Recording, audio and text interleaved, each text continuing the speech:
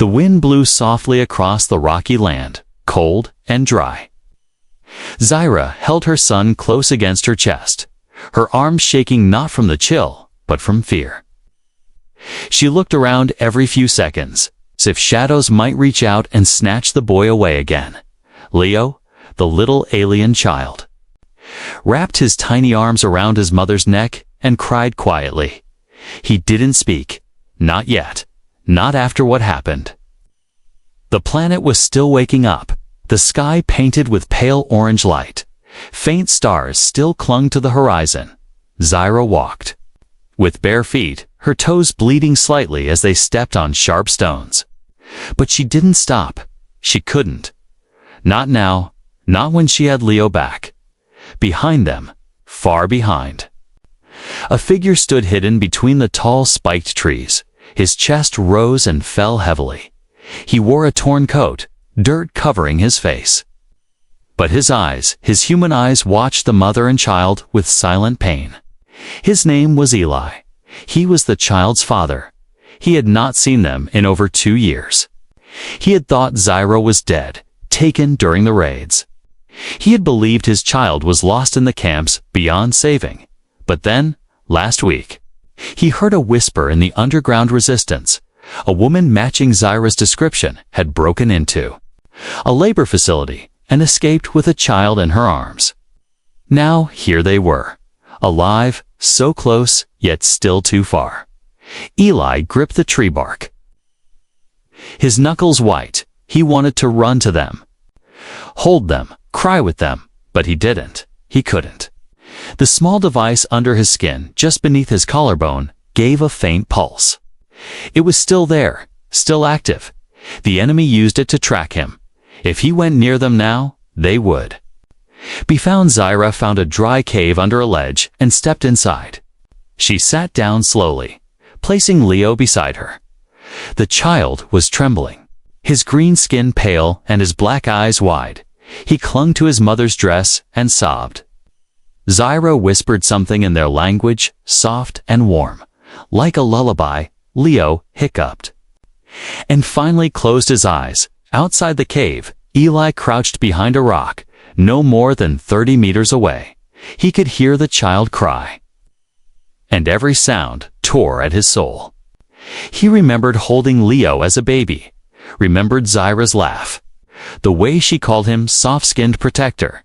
Now he was just a ghost, watching from the edge of a life he once lived. Suddenly, Zyra turned, her eyes searching the trees. She felt something, a presence. She stood slowly, placing her hand over Leo's chest to keep him calm. Her eyes scanned the trees, narrowed with suspicion. Eli held his breath, hiding behind the thick stone, praying she wouldn't come closer. After a long moment, Zyra turned away and knelt beside her son again, but her body was tense. She whispered, "You're safe now, baby. Nothing can take you from me again." But deep inside, she wasn't sure. Something was out there, something familiar, or someone. Eli moved back silently, retreating into the trees. He had seen enough for now. They were alive, and they were together. He would protect them from the distance, from the shadows, until he found a way to remove the tracker. Until he could hold his family again. A single tear slid down his cheek as the sun finally rose over the horizon. The light touched Zyra's face in the cave, and she smiled for the first time in days. She looked down at her sleeping son and whispered, "We're not alone out here, are we?" Leo didn't answer, but his tiny hand reached out in his sleep, as if searching for something or someone outside, unseen and unheard. Eli placed a small marker stone on the ground. A silent message, a sign only Zyra would understand. "I'm here," and then he vanished back into the forest. Eli moved through the forest like a shadow. His boots barely made a sound on the frozen leaves. Every muscle in his body was sore, and every breath burned in his lungs. But he didn't stop. He couldn't stop. Not now. Not when his family was so close. He had followed them for 2 days, always staying far enough to be unseen, But every step reminded him how broken he had become, not just in body, but in soul. Once he was a soldier, a protector, a husband. Now he was a ghost with a bomb inside his chest. Eli reached a small cave deeper in the trees, a place he had used months ago as a hideout. He sat down heavily, pulled off his jacket, and peeled back his shirt. Right under the collarbone, a red light blinked slowly beneath the skin. It was the tracker, buried deep, fused to his nerves. A gift from his captors so they could find him anytime, anywhere. He had tried cutting it out before. The pain nearly killed him now. He waited for the underground doctor who promised a way to deactivate it, but time was running out. Every moment he stayed near Zaira and Leo was a risk. If they found him, they'd find them, too. He leaned back and closed his eyes, letting the memory pull him under. He remembered Zaira's face when they first met in a battlefield. Covered in ash and blood, she was an alien soldier, wounded, cornered by humans. Eli had aimed his weapon at her then, saw the fear in her eyes. Not fear of dying, but fear of never seeing her unborn child. She had placed a trembling hand on her belly, and Eli had lowered his gun. That moment changed everything. He had taken her in, protected her, hidden her from his own people, together. They escaped to the outer colonies. They lived quietly, simply. Then the war came again. One night Zaira was taken during a raid. Leo ripped from her arms. Eli tried to fight, but he was outnumbered, beaten, and dragged to a lab for months. They broke his body and rebuilt it, tested drugs on him, tracked him like an animal. But he never gave up the memory of his family. That was the only thing they couldn't take. Now, he was here again, just steps away. But he couldn't speak to them, couldn't touch them, because of a blinking red dot under his skin.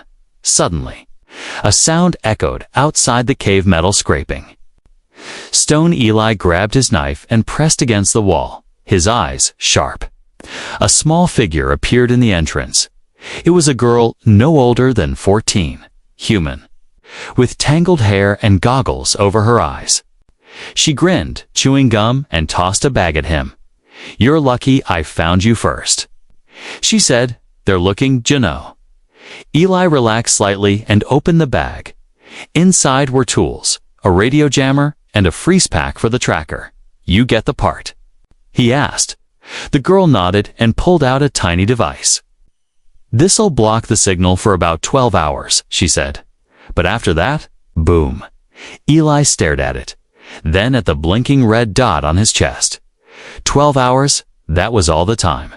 He'd have to get to Zaira, hold Leo, and disappear, or die trying. "I saw them," the girl added softly, her smile fading. "Your wife, your boy."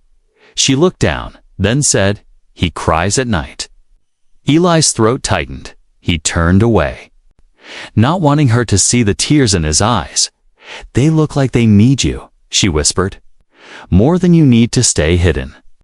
Eli clenched his fists. 12 hours. That was all. He could wait no longer. As the girl left the cave, Eli sat alone with the blocker in his hand. It was cold, smooth, and full of danger. He knew the moment he activated it, everything would change. The enemy would lose his signal, but they would search harder, wider. He would become a ghost, they feared. But for 12 hours, he would be free. He looked out toward the trees, toward the direction where Zaira and Leo had gone. The wind carried a sound, soft and almost invisible, a child's laugh, brief, broken, but real. Eli stood up and strapped the blocker to his arm. His hand hovered over the switch. Then, without another thought, he pressed it. The red light blinked once, then stopped. Silence filled the cave, and for the first time in years, Eli felt like a father again. The baby didn't cry this time, not when the trees trembled, not when the ship passed low through the sky, and not when the wind carried the hum of machines through the cold air. Zaira held her son tighter, her back against the rock wall behind. The shelter, she could feel that something had changed. The sky was too quiet now. The birds were gone. Even the snowflakes seemed to fall slower. As if the world was holding its breath, she turned her head quickly. Looking through the broken wood slats, no movement, no shape. But her instincts screamed. They're here, without a sound. She slid her hand across the floor, grabbing the short blade she kept under the blanket.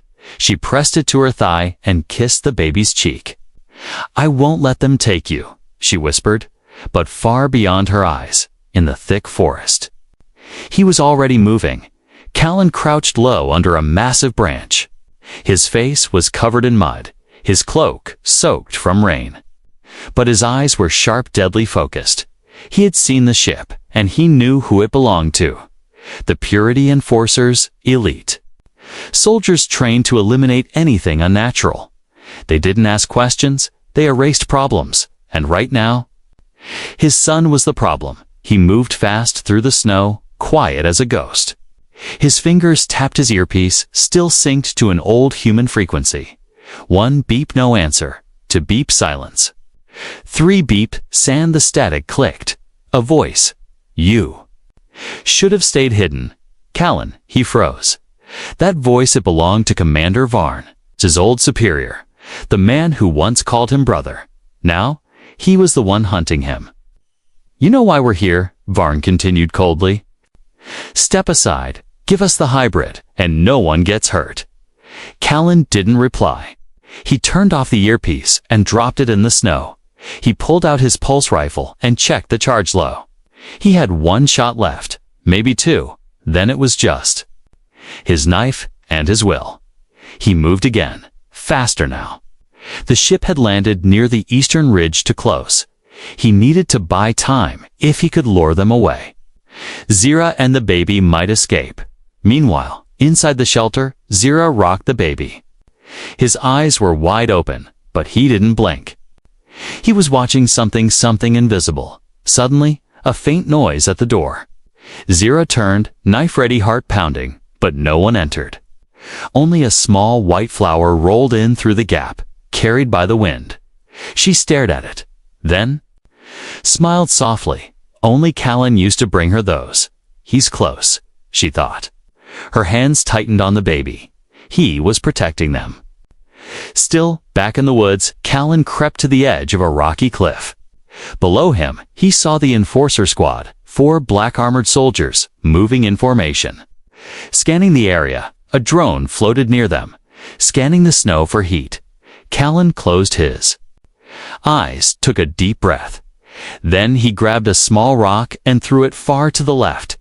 It hit a tree, loud. The soldiers turned instantly, aiming weapons toward the sound. One of them broke off to investigate.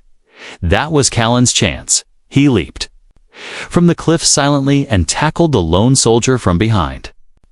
The man barely let out a gasp before Callan snapped his neck. Softly, quickly, he dragged the body into the snow and covered it with branches. 3 left, but his time was running out. Then his earpiece buzzed again. Another voice came through, female. "We know you're listening, Callan. We don't want to hurt the child. We want to understand him." Callan bit his lip. He knew what they meant by understand: experiments, tests, wires in skin. That's what they called research. He threw the earpiece down and crushed it under his boot. Then suddenly a flare shot into the sky from the shelter. Red and bright, Zira's emergency signal. She had been found. Callan's blood turned cold without thinking. He ran faster than ever. Branches whipped his face. Roots caught his feet, but he didn't care. His baby was in danger, and this time he wasn't going to hide. Asterisk snow exploded behind them as the blast hit the ground. Zira screamed and dropped low. Shielding the baby with her body, Callan spun around, pulse rifle raised, eyes scanning fast. Another blast hit the tree above them. Splinters flew like sharp knives. They've locked on. Callan shouted. He grabbed Zira's arm and pulled her up. "We run now." No more shadows, no more hiding.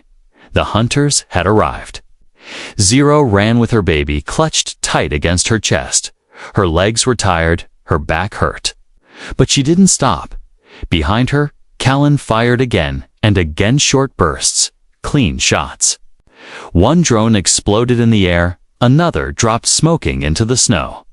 But it wasn't enough. 3 dark figures stepped out from the trees. Their armor was jet black, their eyes glowing red. Elite purity hunters, silent and ruthless. They didn't speak, didn't hesitate. One of them raised a scanning device. A high-pitched tone filled the air. And the baby began to cry again. Zero stumbled, but Callan caught her. This way, he shouted, pointing to a narrow gap between the cliffs. They slipped through a crack in the rock, just as another blast tore up the ground behind them. Snow and stone rained down.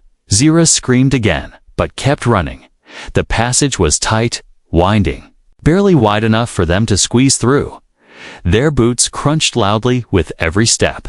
The baby cried louder, now his skin glowing faintly blue and pink. Zero looked at Callan, panic in her eyes. He's overheating. I know, Callan said, pulling a small device from his belt. He tapped it fast, and it lit up, showing a path map of the underground tunnels. There's an old bunker near here. We can reach it before they catch up. Zero didn't ask. How he knew, she just followed, feet slipping on the icy ground. The tunnel opened into a deep cave, walls lined with ancient metal. Power cables still flickering weakly. This was a human supply post, Callan said, abandoned, but still. Has power reserves. He placed the baby on a metal table gently and connected a warming patch to his chest. The baby calmed just a little, but the glowing didn't stop. Then the lights flickered. Zira turned toward the tunnel behind them. Did you hear that?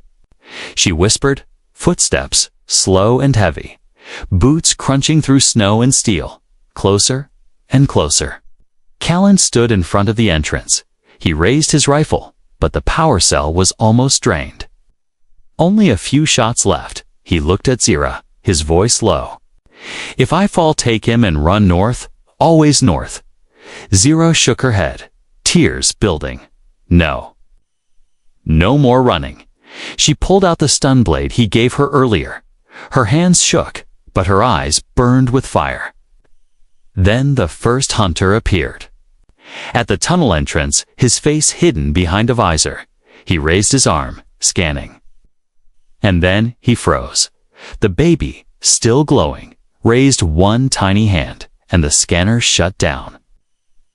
The hunter stepped back, confused, his weapon stuttering. Then, the lights above exploded. Get down. Callan shouted. A wave of heat burst through the bunker, coming from the baby. Machines began to flicker wildly, sparks flying. A screen on the wall lit up with unknown symbols. Zero screamed, grabbing her child. What's happening to him? I don't know. Callan shouted, shielding them both. He's reacting to something, his DNA. The energy, maybe both. The hunter tried to fire, but his gun sparked and fell apart in his hands. He turned to run, too late. A shockwave hit the tunnel, slamming him back into the wall, unconscious. Then, silence. No more crying, no more glowing, just the baby. Sleeping peacefully in Zira's arms, his skin calm, his breath steady. Callan stepped forward slowly. He touched the baby's forehead and whispered, "He just saved us." Without knowing how, Zira looked down at her son. "What is he, Callan?" Callan didn't answer right away. He looked at the blinking console, nearby symbols, still glowing, I think. He said slowly, "He's not just mixed blood. He's something new." Outside the cave, 2 more hunters stood silently. They had seen the burst of light. They had scanned the shockwave. One of them turned to the other and spoke for the first. "Time target is unstable," the other replied. "Correction target is evolving." They disappeared into the snow, not retreating, but reporting. Because now, this wasn't just a hunt. It was a war warning, and the galaxy had just noticed. The snow was falling harder now. Sharp flakes cut across their faces like tiny blades. Zira's legs moved slowly. Too slowly. Every step felt heavier, like the ground itself wanted to pull her down. Behind her, Callan kept checking their trail. The last hunter had disappeared, but he wasn't fooled. "This isn't over," he muttered. "They're letting us run." But we're already in their trap. The baby slept in Zira's arms, finally calm. But his skin was still faintly glowing, not hot, not cold, just strange, as if something inside him was waking up, piece by piece. Ahead of them, the trees broke apart into open snow, and there it stood, a small metal building half buried in frost and vines. The old human outpost. Zero hesitated. "This place gives me a bad feeling." Callan nodded. "It should. We abandoned it after the ceasefire. Too many power failures. Faulty AI, but it's our only chance now," he added, and stepped forward. The door responded to his ID chip, hissed open slowly with a groan. Warm air drifted out, but it wasn't welcoming. It smelled of rust, old chemicals, and something else. Something? Watching, as they stepped inside, the lights flickered on one by one. Long, dark halls lit up with pale yellow light. No voices, no alarms, no signs of life, but cameras turned silently toward them. Zero whispered, "This place is alive." Callan replied, "No, it's awake." They reached the control room. Filled with old screens and thick cables, Callan laid the baby on a soft panel. Connecting a medical scanner, numbers appeared, but none made sense. "His cells are mutating," he said, "adapting faster than any hybrid I've ever seen." Zero sat beside her son, brushing his soft hair. "What will happen to him?" she asked, voice breaking. "I don't know," Callan said. "But the galaxy won't leave him alone, not after what he did in the cave." Suddenly, the screens all turned red. A robotic voice filled the room. "Unauthorized biological detected. Protocol 77 engaged." Zero jumped to her feet. "Is it talking about him?" Callan cursed under his breath. This outpost was built before hybrids like him ever existed, reading him as a threat. Mechanical doors slammed shut all around them, thick steel locking them inside. A wall-mounted turret dropped from the ceiling, slowly aiming toward the table. "No?" Zira screamed, shielding the baby. Callan ran to the terminal, typing fast. "Bypassing security layers, I'm overriding it," he said. "But the AI is resisting." The baby stirred.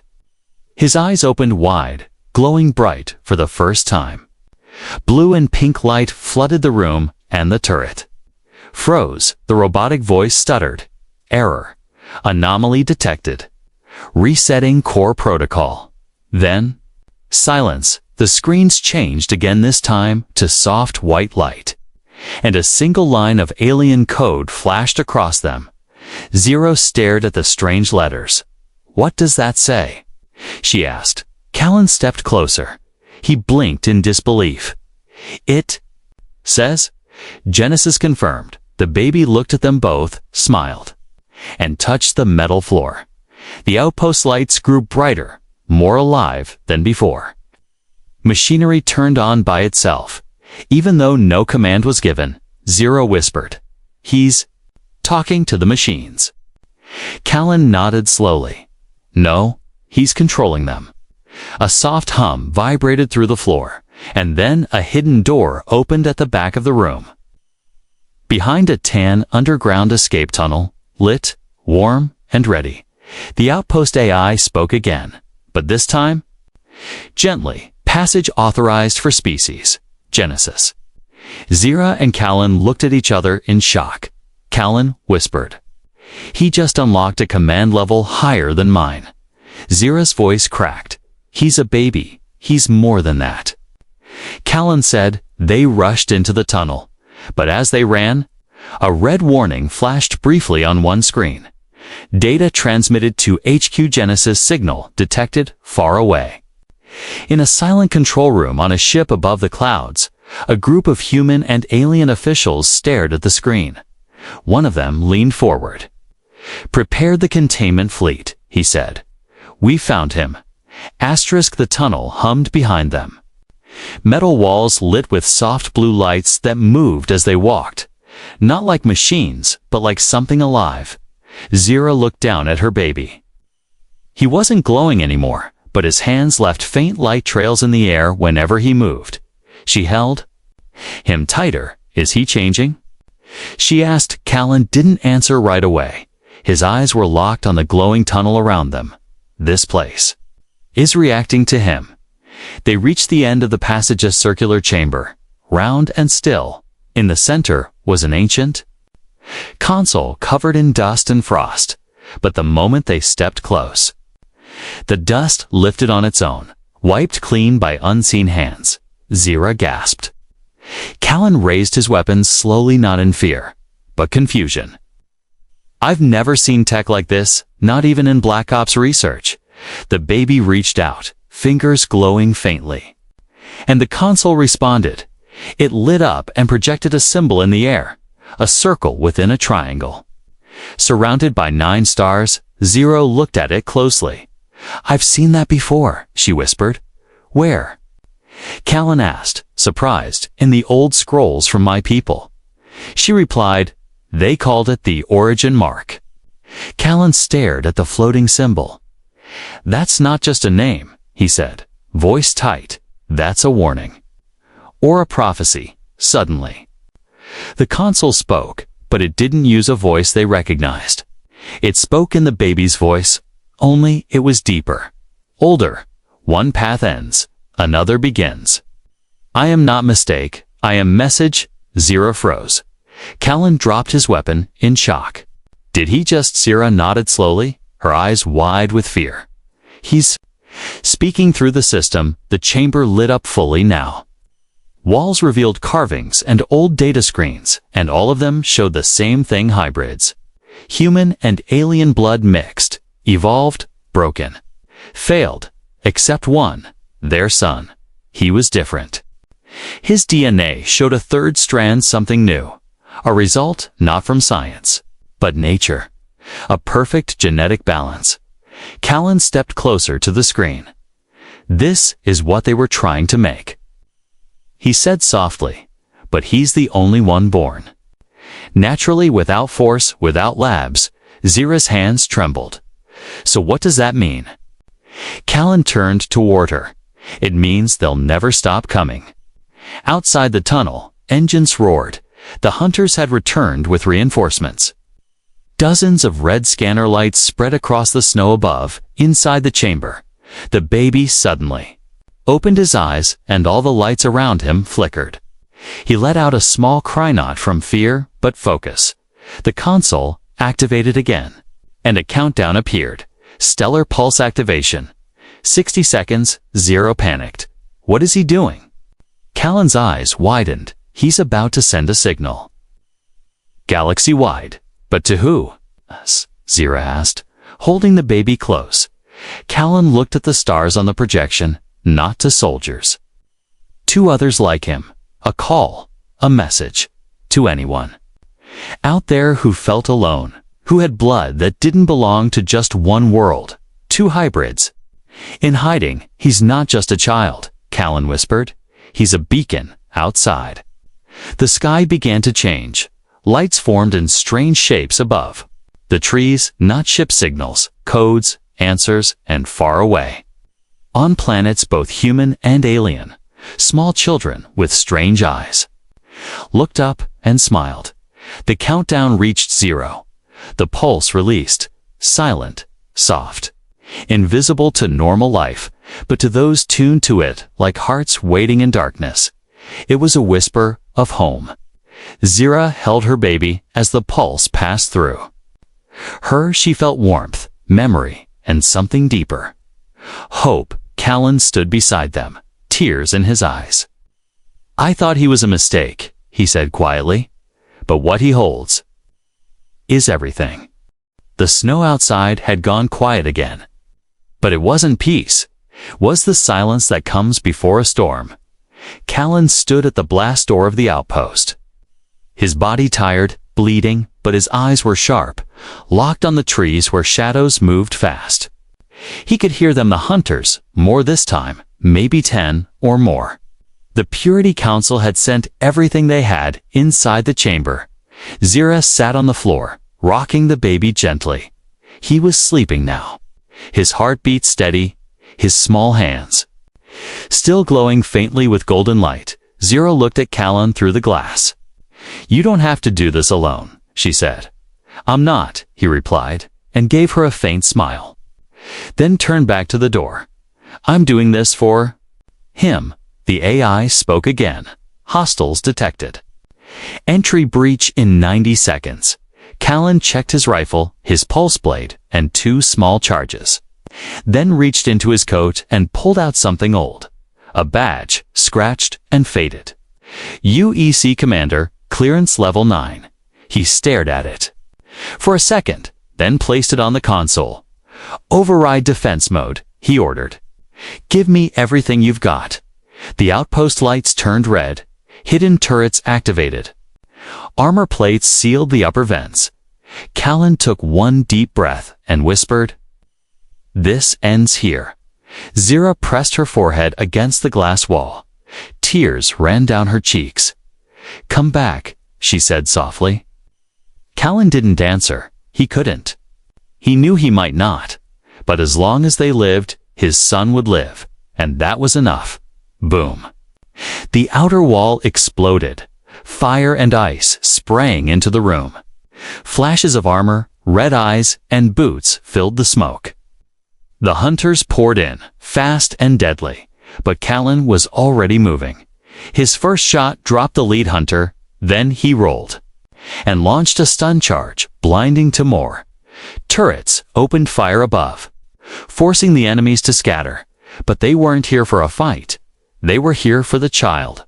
One slipped past. Heading toward the inner chamber, Callan saw it too. "Late, Zira. Get back." He shouted, but before the hunter could reach the final door, it stopped. Frozen in place, eyes wide, arms trembling, behind the glass. The baby had opened his eyes again, and he was awake, fully awake. His hum returned, stronger now. The walls vibrated, machines lit up, and the hunter's weapon melted in his hands. Then the door slammed shut. The chamber sealed with a blinding gold flash, and the AI voice echoed again. "You will not touch the Genesis child outside." Callan gritted his teeth and fought harder. 3 hunters rushed him. He dropped one with a blade strike, blocked the second with his arm, took a hit to the chest, but kept going. The last hunter raised a heavy blaster. Callan stared at him and whispered, "For my son." He lunged forward. The blaster fired and everything went white. Zira screamed behind the glass. Smoke filled the room. Turrets went silent. And the outpost began to dim. Then footsteps, slow, heavy. A shape walked through the smoke, bloodied, burnt but standing. Callan, his eyes tired but alive. He leaned on the wall and smiled at Zira through the cracked glass. "I promised I'd come back," he whispered. She ran to the door, opened it, and held him. He collapsed into her arms, and together they looked down at the baby, now calm, safe, and glowing like a star. Outside, the sky had changed. Dozens of soft lights floated above the trees. Other signals, other children answering the call. The war wasn't over, but something had begun. Something bigger than fear. Bigger than blood. A new story, written by a child born from 2 worlds.